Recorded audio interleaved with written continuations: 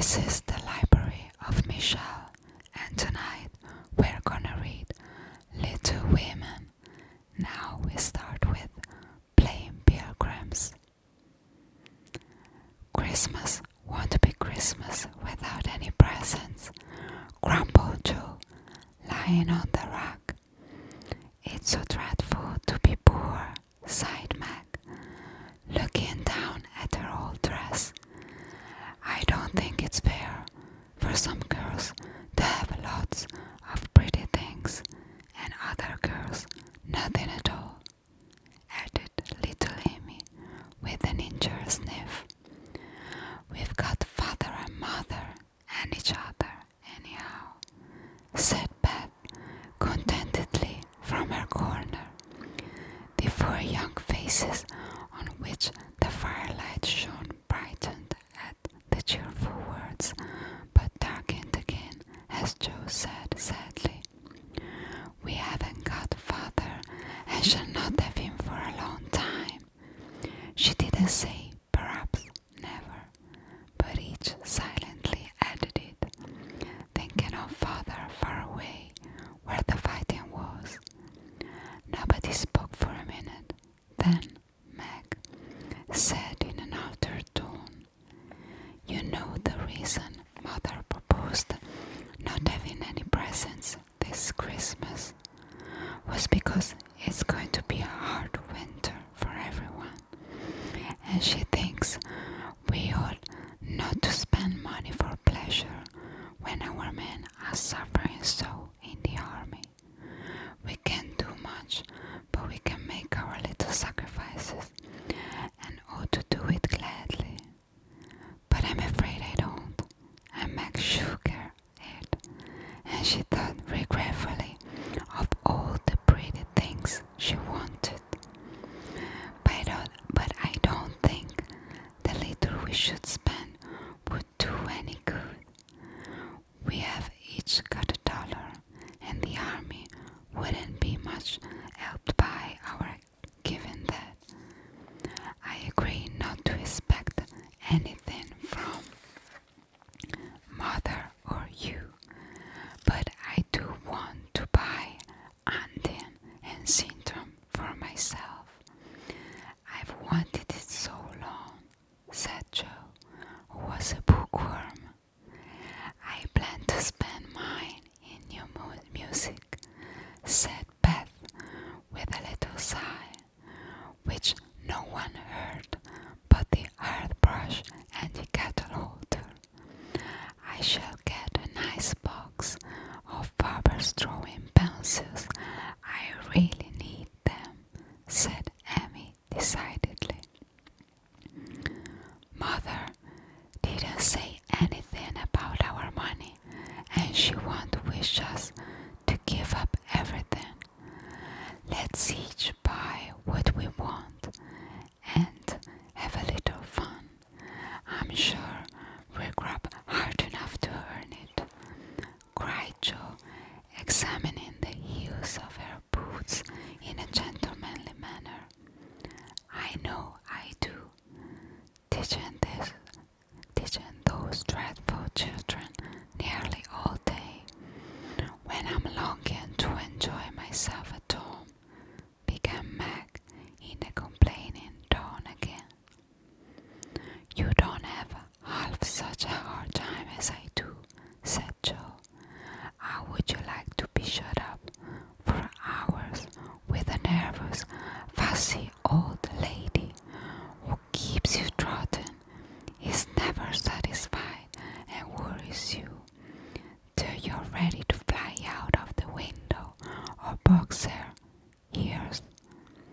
It's naughty to fret, but I do think washing dishes and keeping things tidy is the worst work in the world. It makes me cross, and my hands get so stiff I can practice good a bit."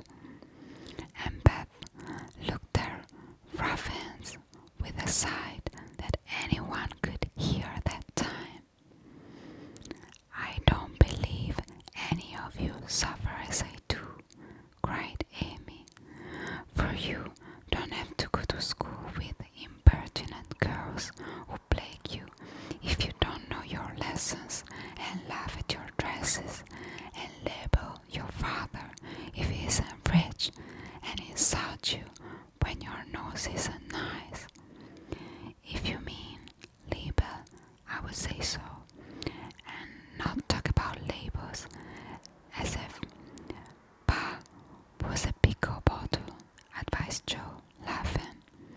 I know what I mean, and you needn't be satirical about it. It's proper to use good words and improve your vocabulary, returned Amy with dignity. Don't peck at one each and don't peck at one another, children. Don't you wish we had the money Papa lost when we were little, Joe? Dear me, how happy and good we would be if we had no worries, said Meg, who could remember better times. You said the other day you thought we were a deal happier than the king children, for they were fighting and fretting all the time in spite of their money. So I did, Beth. Well, I guess we were, for though we do have to work, we make fun for ourselves and are a pretty jolly set, as Joe would say. Joe does use such slang words, observed Amy, with a reproving look at the long figure stretched on the rug. Joe immediately sat up, put her hands in her apron pockets, and began to whistle. Don't, Joe, it's so boyish. That's why I do it. I detest rude, unladylike girls. I hate affected, niminy, bimini chits. Birds in their little nests agree, sang Beth, the peacemaker, with such a funny face that both sharp voices softened to a laugh, and the pecking ended for that time. Really, girls, you are both to be blamed, said Meg, beginning to lecture in her elder sisterly fashion. You are old enough to leave off boyish tricks and behave better, Josephine. It didn't matter so much when you were a little girl, but now you're so tall and turn up your hair. You should remember that you are a young lady. I ain't, and if turning up my hair makes me one, I'll wear it in the two tails till I'm 20, cried Joe, pulling off her net and shaking down at Chestnut Mane. I hate to think I've got to grow up and be Miss March and wear long gowns and look as prim as a China Aster.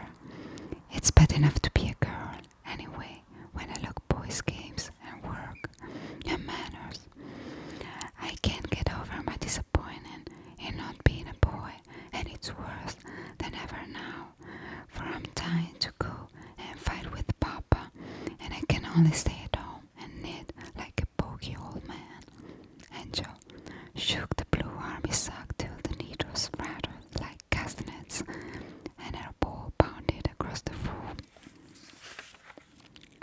Poor Joe, it's too bad, but I can't be helped, so you must try to be contented with making your name boyish and playing brother to us girls, said Beth, stroking the rough head at her knee with a hand that all the dishwashing